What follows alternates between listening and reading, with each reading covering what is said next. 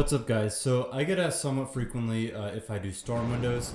So I actually do. Most window washing companies will not clean these. I just did one in Bristol, Rhode Island. It was a really large house that had a bunch of storm windows throughout the whole house. So there is a catch though, because they are extremely expensive. They're several times more than just a normal window wash. So I'm going to be going over the reasons for that now.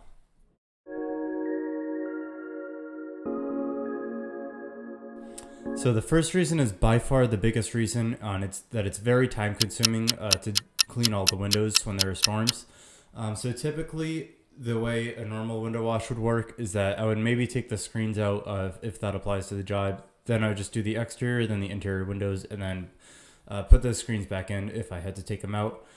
But with storm windows, it's a lot more complicated. So the first step is to take the storms out. Then I'd have to find a place in the house to put them, like a garage or a porch or something. Then I'd have to do the exterior windows. Then I would clean all of the storm windows. And then I would do the inside windows. And then I would have to put all the storms back. And getting them back in is a real pain because you have to find out which storms go to which windows. And they're really heavy to move, and it's really difficult. So that ends up taking like several times more work and more time than a normal window washing job. So this past job that I just did, it was a pretty large house, but typically I could get that done in like a day or something if it was just a normal window wash. But this one took me 3 pretty long work days. And so that's really the main reason why the storms are so much more expensive.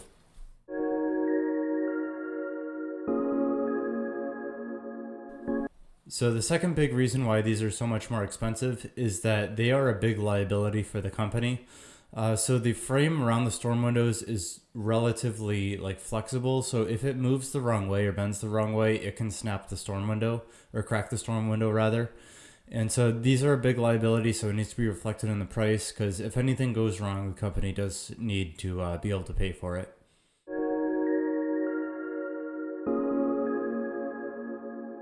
So the third big reason why these are so expensive is that the work for this type of job is very labor intensive.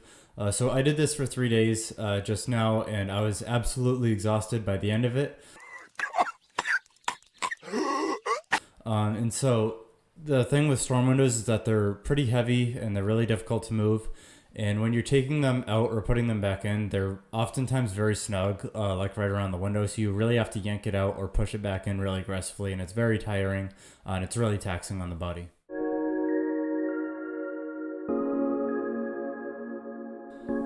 So the fourth reason isn't something that's necessarily true, but it has been true on, I think, every window washing job that I've done that has storm windows.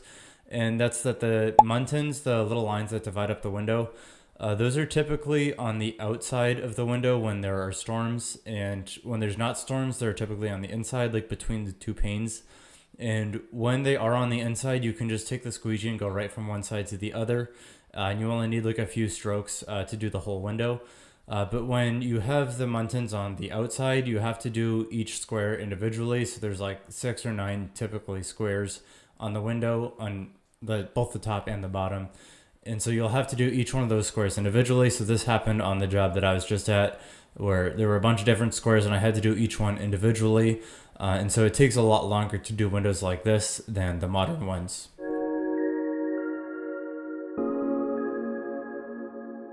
So the fifth and final reason is that these are very hard to estimate how long it's going to take to do the job. So with a typical window washing job, any factor that I need to be concerned about, it's pretty obvious just by looking at the house. So like I can tell, for example, how many second story windows are there, what type of windows are they, and how much ladder work is required. All of that I can just tell. So I'll have a pretty good idea of how long it's going to take and how I need to price the job accordingly. But with storm windows, it's a lot different because a very large factor is just how difficult are they to take in and out, and how snug do they fit into the windows, and how long it'll take me to figure out which storm windows go back where.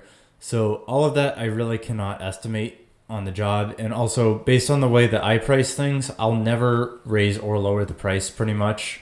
Once I finish the job, even if it was way more work than I expected, I'm not going to raise the price on the customer. I know that's not what everybody does, but I don't raise or lower the prices based on how long it actually took. So given that I know it's pretty hard to estimate with storms. I have to price it on the higher end of what I think it could take and base the price off of that. So that's it for this video. This was the 5 main reasons why storm windows are so expensive, and I'll see you in the next video. Thanks.